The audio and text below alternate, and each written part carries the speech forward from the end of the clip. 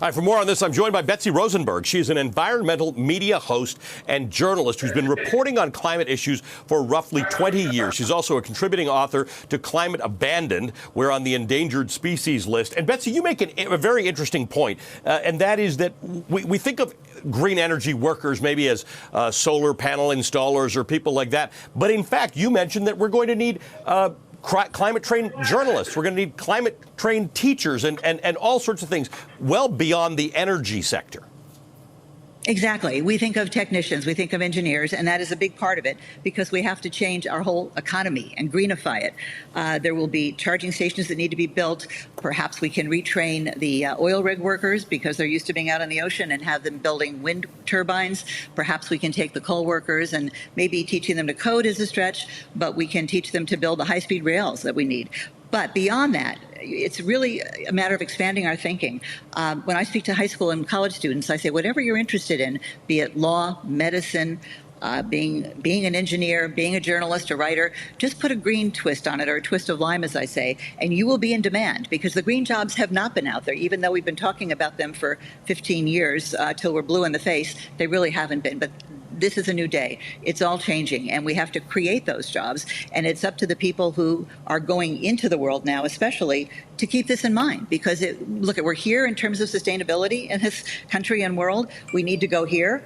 And in terms of getting a stable climate back and restoring our oceans and habitat and rainforests, you name it, it's an epic challenge. It's going to take all of us, and it's going to take so much work, time, energy, focus. But the fact that we're finally treating it as an emergency and we finally have leadership, it's truly an exciting moment, Ali. It's epic. It's like a week of climate climaxing. It was just, the hits kept on coming, almost too much to process, but not complaining. That was a different expression that I was going to use.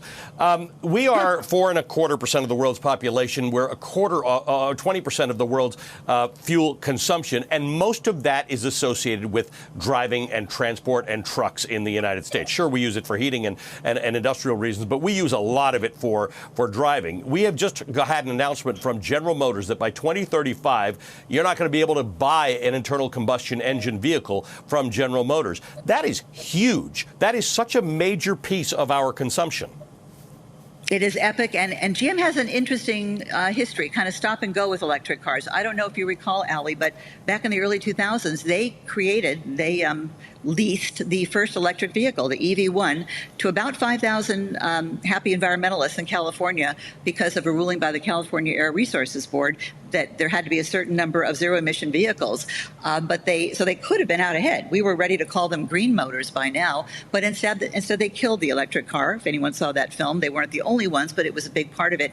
They rounded them up in 2005, literally during Hurricane Katrina, and they took them off into the dark of night and crushed them in Mesa, Arizona, put one or two in a museum, thinking that was the beginning and end of the electric car because they really didn't want to invest in the infrastructure. They said there was no demand, but that wasn't true at all. And so they could have been ahead. But the fact is now they have joined the green revolution, the eco-evolution, and it's very exciting because obviously they're the ones who brought us the Hummer as well. And as GM goes, the others will go, and certainly others have been making plug-in cars.